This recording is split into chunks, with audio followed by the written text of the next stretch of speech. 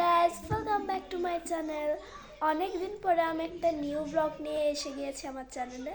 So guys, এসেছি আমরা এখন এসেছি আমাদের গ্রামের বাড়িতে, সাথে আমার কিছু কাজিন। এখানে আমরা কি কি করব এইসব নিয়ে থাকবে এই ব্লগটা।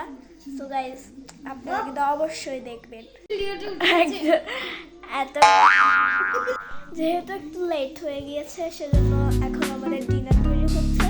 তো আমরা ওয়েট করতেছি কখন আমরা ডিনার পাবো।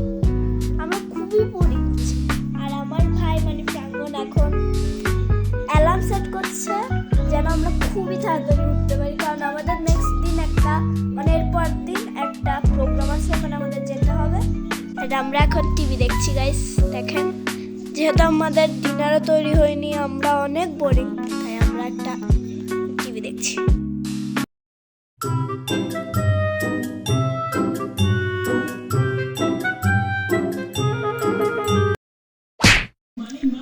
এসে গিয়েছে আমাদের ডিনার।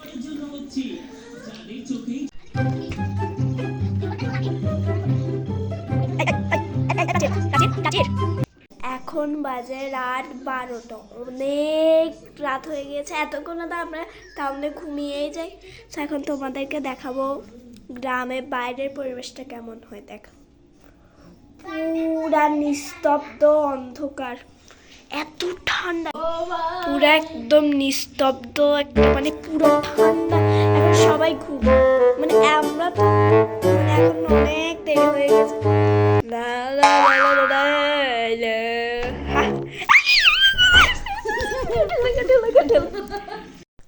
দেখো, এখন সকাল হয়ে গিয়েছে, আর আমাদের এই জায়গাটা তো অনেক ফুল ফুটেছে। দেখো কি সুন্দর,